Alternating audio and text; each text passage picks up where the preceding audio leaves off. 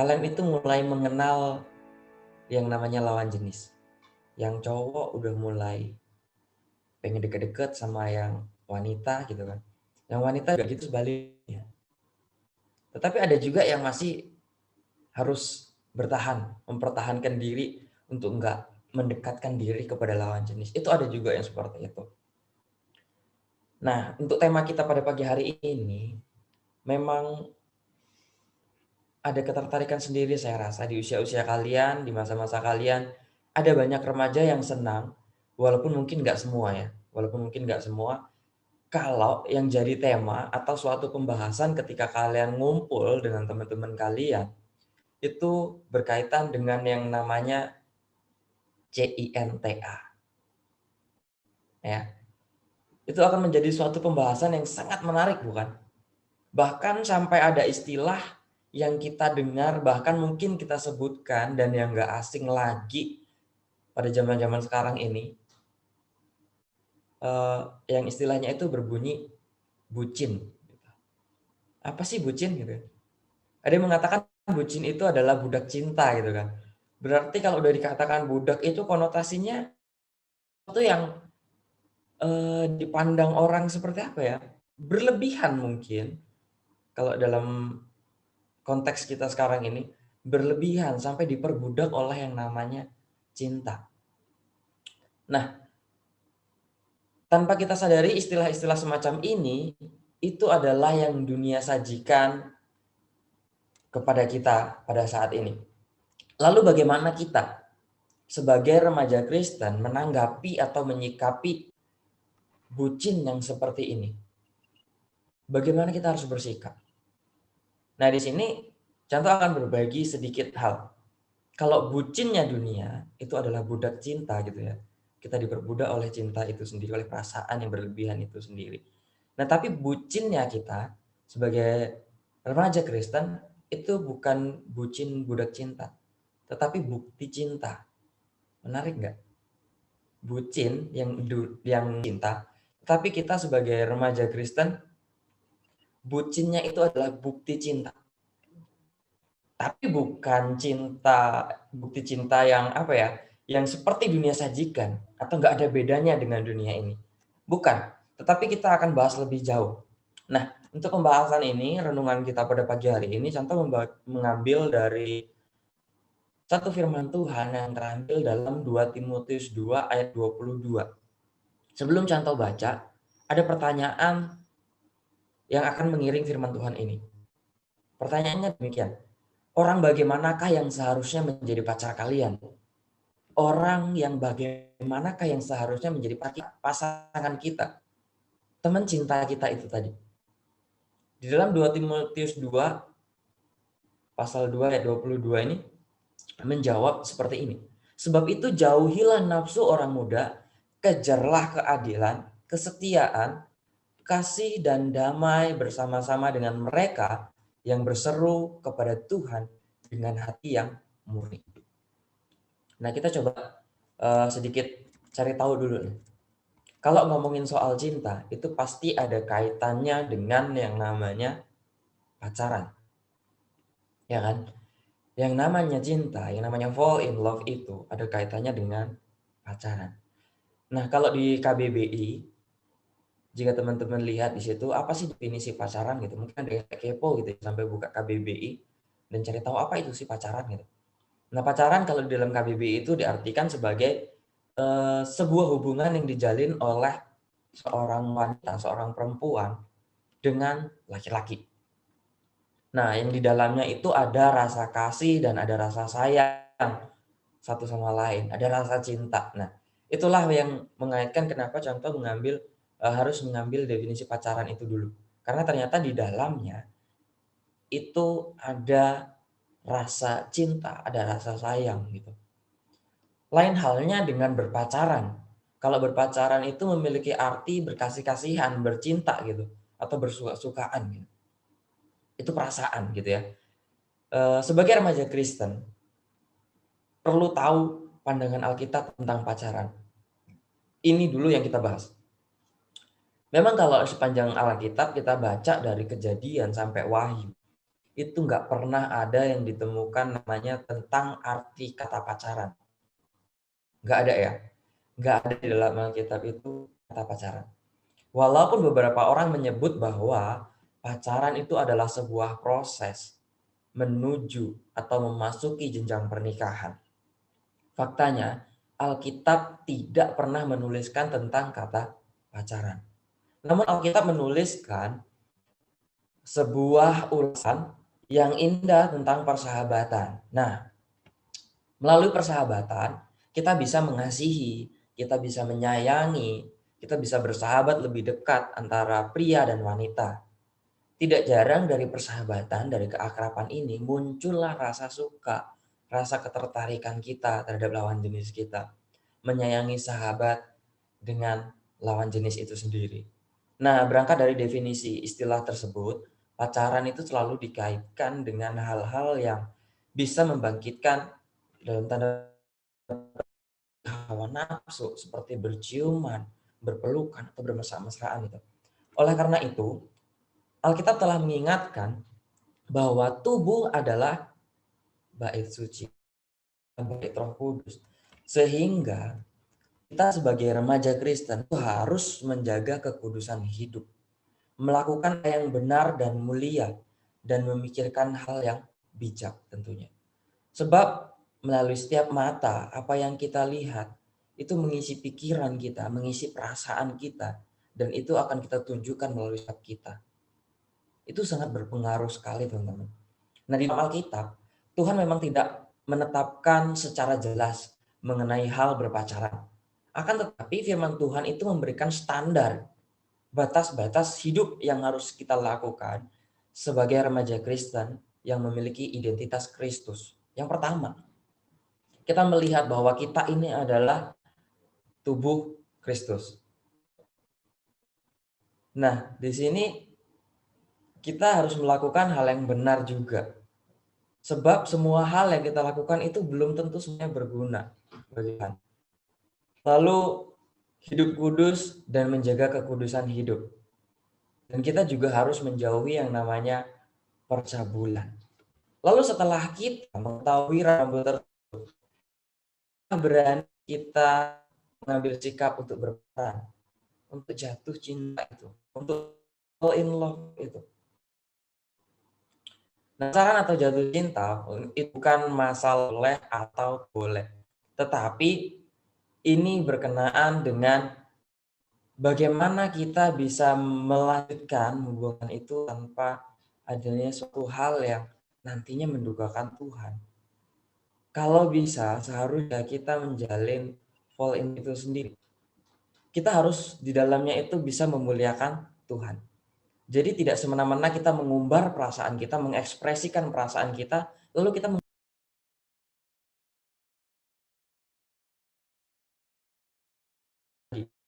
seperti itu jauhilah nafsu orang dalam setiap kata mereka Tuhan dan hati yang sebab tidak bijaksana jika kita dengan seseorang yang tidak mengasihi Allah dan mengatakan utang yang percaya gelap dan tidak mungkin juga Kristus itu sepakat dengan iblis. Itu mustahil, teman.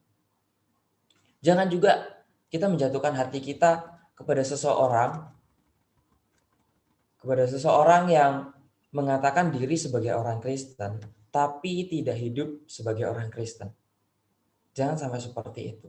Maksudnya adalah bahwa kalian bergaul dengan orang yang mengaku diri sebagai orang Kristen, tetapi orang itu masih ada pikiran cabul, tamak, melakukan penyembahan berhala, dan melakukan keburukan-keburukan yang lain.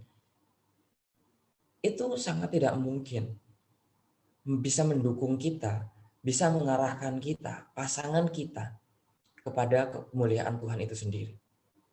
Bahkan kecantikan batin itu adalah menjadi sesuatu yang berarti kebanggaan atau ketampanan paras wajah saja yang bisa kita lihat. Inner beauty itu akan lebih penting sebab di dalamnya itu akan terpancar kemuliaan Tuhan.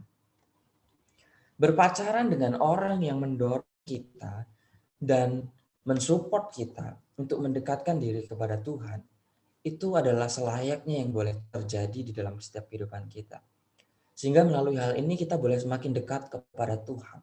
Dan rasa cinta kita itu bukan hanya kita berikan kepada pasangan kita, bukan kepada sesama kita saja, bukan kepada lawan jenis kita saja. Tetapi perasaan cinta itu bisa mendekatkan kita juga kepada Tuhan. Itu yang penting, saudara. Lalu apa yang harus dihindari dalam berpacaran?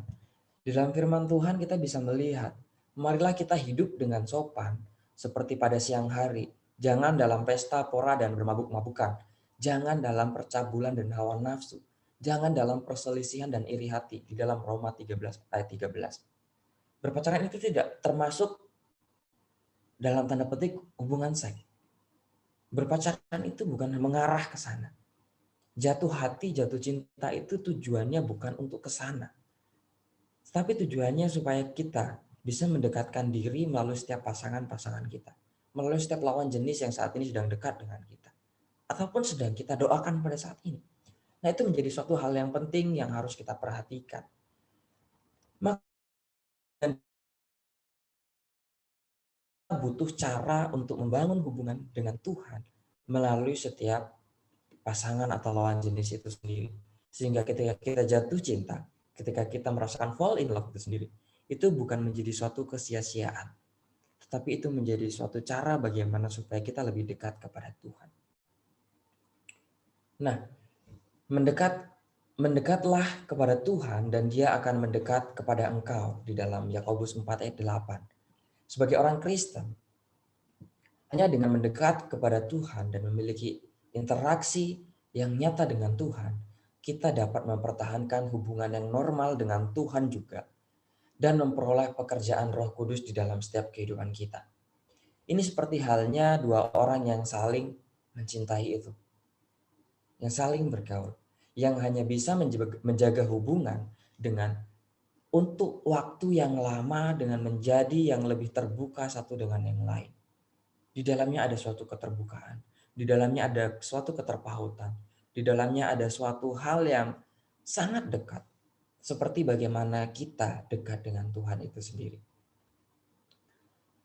Di dalamnya ada suatu komunikasi ketika mereka menghadapi suatu masalah dan dengan memahami dan menghormati satu dengan yang lain. Namun tren sosial yang jahat itu menarik kita seolah-olah hal ini sudah kita tinggalkan, ini sudah kita abaikan, ini sudah tidak penting lagi. Kita lebih mengutamakan apa yang ada di dalam diri kita itulah yang akan kita lakukan. Jadi bagaimana tepatnya kita dapat mempertahankan hubungan yang dekat dengan Tuhan, tetapi melalui hal itu kita juga bisa dekat dengan lawan jenis kita. Terus merasakan fall in love dengan Tuhan. Yang pertama, kita harus terus berdoa. Karena dengan melalui doa, kita bisa berkomunikasi dengan Tuhan. Kita boleh semakin dekat dengan Tuhan. Kita boleh semakin menjaga kekerapan dengan Tuhan. Doa itu adalah saluran yang melaluinya kita berkomunikasi dengan Tuhan. Melalui doa, hati kita itu lebih mampu untuk menjadi tenang di hadapan Tuhan. Untuk merenungkan firman Tuhan, mencari kehendaknya dan membangun hubungan yang normal, yang lebih dekat lagi kepada Tuhan. Tetapi dalam kehidupan, karena kesibukan teman-teman mungkin ya, apalagi dengan kesibukan yang sekarang ini, setiap hari kalian sekolah harus menatap layar, monitor terus, selalu bergantung dengan yang namanya internet. Beberapa teman remaja yang contoh tanya, mereka sebenarnya juga mengalami suatu kelelahan, kejenuhan gitu. Biasanya bisa bertemu langsung, bisa bertatap muka. Ini ketika kalian belajar, kalian harus fokus belajar. Karena ketika kalian tidak mengikutinya dengan sungguh-sungguh, kalian akan tertinggal pelajaran itu. Dan di sini, melalui kesibukan ini, terkadang tanpa kita sadari, ketika kita berdoa kepada Tuhan, seperti itu saja. Misalnya begini, oh Tuhan, aku mempercayakan setiap pelajaran yang akan saya masuki hari ini ke dalam tangan pengasihan-Mu. Begitu juga dengan setiap tugas-tugas yang guru sudah berikan kepada saya. Saya akan menyerahkan semuanya dalam tangan pengasihan Tuhan dan saya yakin Tuhan akan menolong saya. Doa yang acuh tak acuh. Doa yang mungkin hanya itu saja yang kita ucapkan. Dan itu artinya apa? Kita sudah tidak mengutamakan doa itu sebagai suatu hal yang penting di hadapan Tuhan. Kita hanya mengucapkan doa itu ya hanya sebatas doa seperti itu saja. Di dalamnya tidak ada kedekatan dengan Tuhan. Sebab sebenarnya di dalam ketika kita sedang berdoa, ungkapan hati kita itu yang harus kita ucapkan kepada Tuhan. Kalau komunikasi, bayangin saja teman-teman. Kalau kalian komunikasi dengan lawan jenis kalian, tetapi ngomongnya hanya itu saja. Bosan nggak? Pasti bosan. Begitu juga dengan Tuhan. Ketika kita berkomunikasi dengan Tuhan, tetapi yang kita ucapkan hanya seperti itu saja. Mungkin Tuhan juga bosan. Malah kita belajar untuk tidak acuh tak acuh. Doa ini suatu hal yang penting. Dekatkan diri kepada Tuhan juga melalui doa. Ini cara yang pertama yang harus kita benar-benar. Supaya apa? Hati kita itu bisa merasa tenang. Apalagi ketika kita sedang menghadapi suatu persoalan. Ketika kita sungguh-sungguh mengungkapkannya di hadapan Tuhan. Tuhan akan lebih peduli kepada kita. Tuhan akan lebih merespon bagaimana setiap doa-doa kita. Tuhan tidak akan kita acuhkan begitu saja melalui setiap doa yang mungkin kita anggap, aduh ini kok ngomongnya begitu-begitu aja gitu kan. Akan mengalami suatu kebosanan. Mungkin teman-teman sendiri yang mengucapkan doa itu, lama-lama juga mikir, kok aku berdoa sama Tuhan, kata-katanya hanya begini-begini saja gitu. Kok lama-lama aku juga bosan gitu ya ngomong sama Tuhan. Akhirnya apa? Komunikasi kalian dengan Tuhan itu tidak pernah merasa dekat. Tetapi kalian sendiri justru akan merasakan namanya kebosanan, kejenuhan. Sama seperti kalian belajar online. Ketika kalian tidak menikmatinya, ketika kalian melakukannya tidak dari hati, maka kebosanan akan terjadi. Hati-hati teman-teman. Nah, karena kita terkadang mengucapkan kata-kata yang terdengar menyenangkan dan beberapa kata yang hampa, dan mungkin di dalam kata itu ada suatu kesombongan kepada Tuhan dalam doa kita, dan kita tidak mengucapkan apa yang ada di dalam hati kita kepada Tuhan. Atau kadangkala kita berdoa, kita mengucapkan kata-kata tertentu yang sudah kita hafalkan, dan ini sepenuhnya menjadi doa yang ritual keagamaan. Itu teman-teman. Doa-doa seperti ini tidak didengar oleh Tuhan. Ketika kita berdoa seperti ini, kita tidak dapat merasakan hadirat Tuhan. Oleh karena kita sendiri sudah merasa jenuh dengan setiap kata yang kita ucapkan itu sendiri. Lalu hal yang kedua yang kita perlu perhatikan adalah bagaimana kita bisa menjalin hubungan, bagaimana kita bisa fall in love di dalam Tuhan itu. Adalah kita membangun hubungan dengan Tuhan dengan cara kita membaca dan merenungkan firman Tuhan. Bahkan dengan cara seperti yang kita lakukan pada saat ini. Ini adalah satu cara bagaimana kita sedang mendekatkan diri kepada Tuhan. Kita sedang mempersatukan hati kita dengan Tuhan. Kita sedang memautkan perasaan kita dengan Tuhan. Sehingga rasa cinta yang ada dalam diri kita itu boleh semakin dekat dengan Tuhan. Renungkanlah dengan hatimu dan engkau akan memahami makna sejatinya. Bagaimana orang Kristen itu melakukan renungan dan membaca firman Tuhan setiap hari. Bagaimanakah cara kita membaca firman Tuhan agar dapat mencapai hasil yang baik, sekaligus membuat hubungan dengan Tuhan menjadi lebih dekat. Orang percaya kepada Tuhan, mengasihi Dia, dan memuaskan Dia dengan cara menyentuh roh Tuhan dengan hati mereka, sehingga mereka memperoleh kepuasannya yang daripada Tuhan saat merenungkan firman Tuhan dengan hati mereka. Mereka pun digerakkan oleh roh Tuhan. Oleh karenanya, firman Tuhan memberitahu kita bahwa ketika membaca firman-Nya, kita harus merenungkan dan mencari dengan hati kita. Kita harus memperoleh pencerahan dan penerangan Roh Kudus dalam setiap renungan firman Tuhan itu sendiri. Dan kita harus memahami kehendak Tuhan dan apa yang Dia kehendaki dari setiap kita. Hanya dengan membaca firman Tuhan, dengan cara ini, usaha kita akan membuahkan hasil dan kita akan lebih dekat lagi dengan Tuhan. Ketika kita membaca firman Tuhan, jika kita hanya melihat sepintas, lalu tanpa benar-benar memperhatikannya juga. Jika kita hanya berfokus memahami dengan beberapa huruf tertulis dan doktrin untuk memamerkan diri kita dan tidak menaruh perhatian yang sangat dengan firman Tuhan ini, maka semuanya juga akan sia-sia. Kita tidak akan selaras dengan kehendak Tuhan, apalagi mampu membangun hubungan yang normal dengan Tuhan. Itu sangat mustahil, teman-teman. Karena itu, ketika kita membaca firman Tuhan, kita harus menenangkan hati dan menggunakan hati kita untuk merenungkan mengapa Tuhan mengatakan tiap hal-hal melalui firman-Nya kepada kita. Itu perlu kita pertanyakan juga. Apakah kehendak Tuhan melalui firman Tuhan ini bagi setiap saya? Gitu. Itu perlu kita pertanyakan. Hanya merenungkan firman-Nya secara mendalam, dengan cara inilah kita dapat memahami setiap kehendak Tuhan dalam setiap kehidupan kita. Kita boleh merasakan cinta terus kepada Tuhan. Tapi dengan catatan, jika kita bersungguh-sungguh dalam merenungkannya, dan jika kita bersungguh-sungguh di dalam berdoa, maka kecintaan kita kepada Tuhan itu akan semakin nyata. Dan kedekatan kita kepada Tuhan itu akan semakin dekat dan kita akan semakin erat. Makanya jangan mudah jatuh hati. Karena ketika kita mudah jatuh hati, itu bukan artinya kita sedang banyak penggemar. Bukan berarti kita sedang banyak orang yang menyukai kita. Tetapi itulah bucinnya dunia. Tetapi ketika kita bisa melakukan bucinnya anak-anak remaja Kristen, kita justru akan bisa membuktikan. Dan kita tidak akan mudah jatuh hati kepada setiap orang yang ada di sekitar kita, khususnya dalam lawan jenis.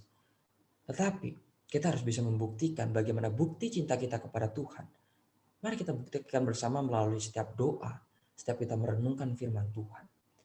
Melalui kedua hal di atas ini, baik doa ataupun firman Tuhan, kita bisa menjaga perasaan bucin kita kepada Tuhan dan melakukannya dalam setiap kehidupan kita sehari-hari. Lalu bolehkah seorang remaja putri menjalin kedekatan dengan remaja putra? Tentu boleh dan sangat boleh. Bahkan firman Tuhan juga mengatakan bahwa Tuhan itu menciptakan kita berpasang-pasangan. Ya, Tuhan itu menciptakan kita memang ada lawan jenisnya gitu. Tentu boleh, asalkan kita bisa mengikuti setiap rambu-rambu yang sudah Tuhan berikan dalam firman-Nya. Dan kita memohon pimpinan Tuhan melalui setiap firman-Nya, setiap doa-doa kita.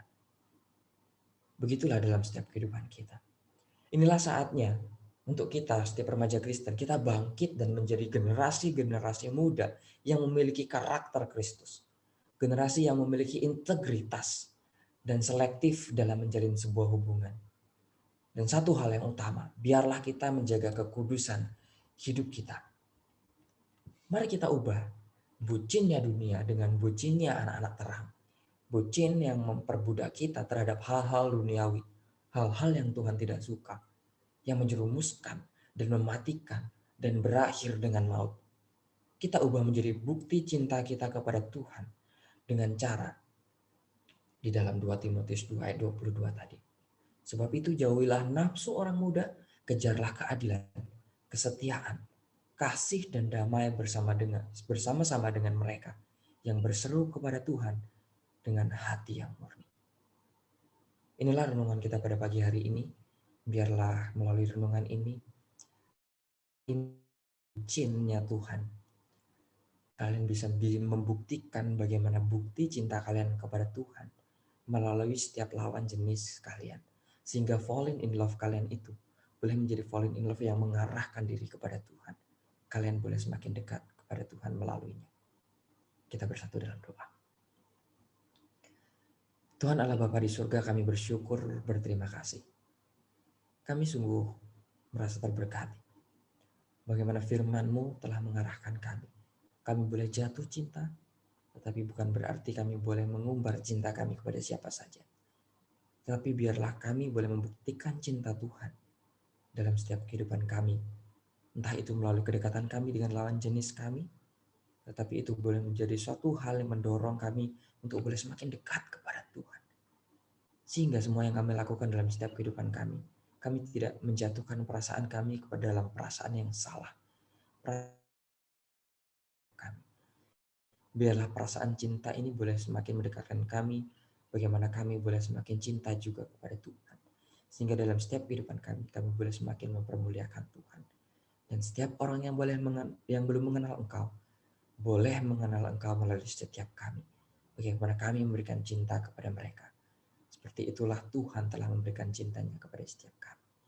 Terpujilah nama Bapa di surga. Di dalam Kristus Yesus kami berdoa dan mengucap syukur. Amin. Silakan, Janto Yohana. Terima kasih untuk Bapak Tio karena sudah menyampaikan khotbah. Sekarang kita akan beralih ke sesi Q&A. Kalau teman-teman ada pertanyaan boleh kirim lewat chat ke Q&A.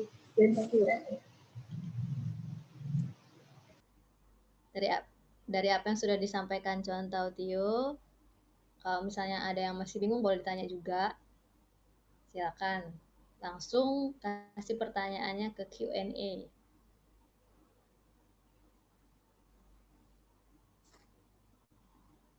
Nanti Contoh Tio akan menjawabnya. Gimana, Sam? Udah ada yang masuk?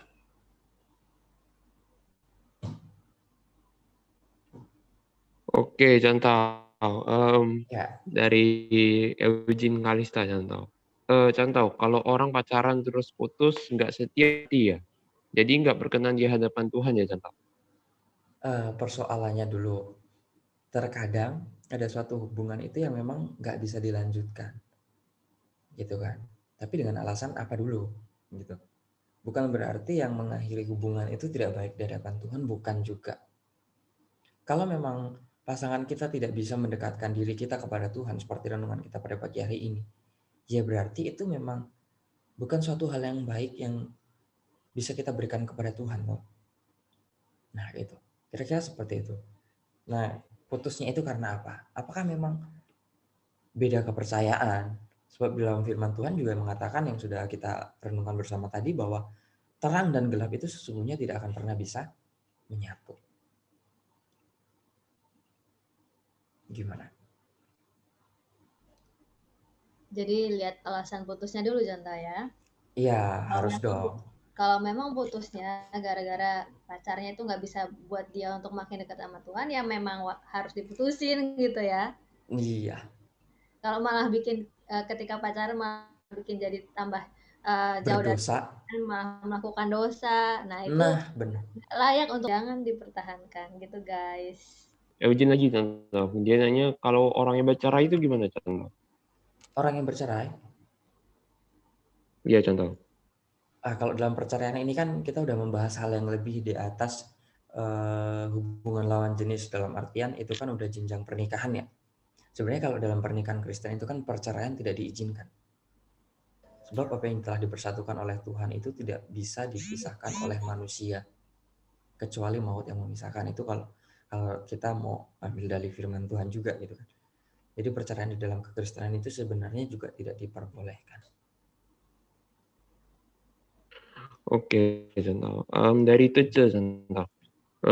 Bucin kan kayak lebay untuk cinta gitu. Apakah itu wajar? Nah, kalau bucinnya dunia itu identiknya kan kita seperti diperbudak gitu.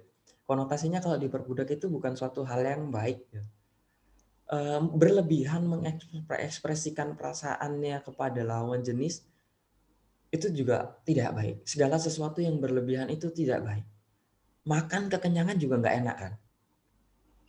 Yang tadinya walaupun makanan itu sebenarnya nikmat, tapi kalau kita kebanyakan porsinya, pasti perut kita juga sakit, mules, begah gitu. Itu nggak enak juga. Tetapi kalau bucin kita kepada Tuhan, itu nggak akan pernah yang namanya berlebihan. Kenapa? Karena sebelum kita membuktikan cinta kita kepada Tuhan, Tuhan itu udah terlebih dahulu membuktikan cintanya kepada kita. Buktinya apa? Dia sudah rela mati untuk kita di atas kayu salib. Itu bukti yang benar-benar ada. Sedangkan kalau kita hanya sebatas diperbudak, itu dari katanya saja, itu sudah nggak baik, jelas sangat tidak baik itu.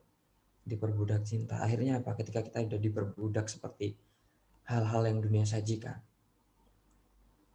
itu larinya biasanya ke hal yang tidak baik juga, ke dosa. Oke, contoh. Dari Tece lagi contoh. Siap. Apakah bucin budak cinta itu dosa contoh? Seperti yang Contoh bilang, segala sesuatu kalau yang berlebihan itu tidak baik. Dan biasanya itu mengakibatkan dosa. Jadi kalau ada yang nanya, boleh nggak sih jatuh cinta? Kalau menurut Boleh. remaja, boleh. Tapi ada tabinya tadi ya, seperti Iya, apa yang sudah benar. dijelaskan oleh Tante Tio.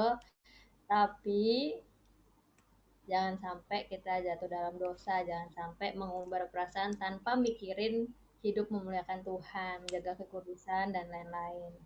Kayak gitu ya Tante Tio ya. Iya, tetap ada rambu-rambunya ya. Kalau Ya, enggak kena tetap. tilang nanti. Oke. Mungkin contohnya bisa kasih kesimpulan deh untuk dalam satu kalimat untuk teman-teman supaya diingat dengan lebih mudah. Ya. Satu hal yang kembali Contoh ingatkan ya. Kalian boleh memberikan perasaan kalian kepada lawan jenis kalian. Tetapi tetap, ketika kalian memberikan perasaan kalian kepada lawan jenis kalian, pergunakanlah itu sebagai cara bagaimana kalian mendekatkan diri juga kepada Tuhan. Karena itu akan membuat perasaan kita itu juga mulia di hadapan Tuhan. Oke, thank you Tante Tio untuk pelayanannya, untuk pemberitaan firman Tuhan, untuk sharingnya hari Ya, ini. sama-sama. Thank you Kalau juga masih buat ada yang bingung mau WA ya silahkan. ya boleh ya. Atau boleh juga DM di Instagramnya Contoh Tio. Apa namanya Contoh? Boleh di chat ke everyone. Ya, ada di Stefanus Setio. Oke. Ya, thank you Contoh untuk pelayanannya hari ini. Ya, sampai jumpa di lain kesempatan lagi. Biarlah kiranya firman ini boleh memberkati kalian dan boleh mengawasi setiap langkah kalian di masa-masa remaja ini ya. Amin. Ya.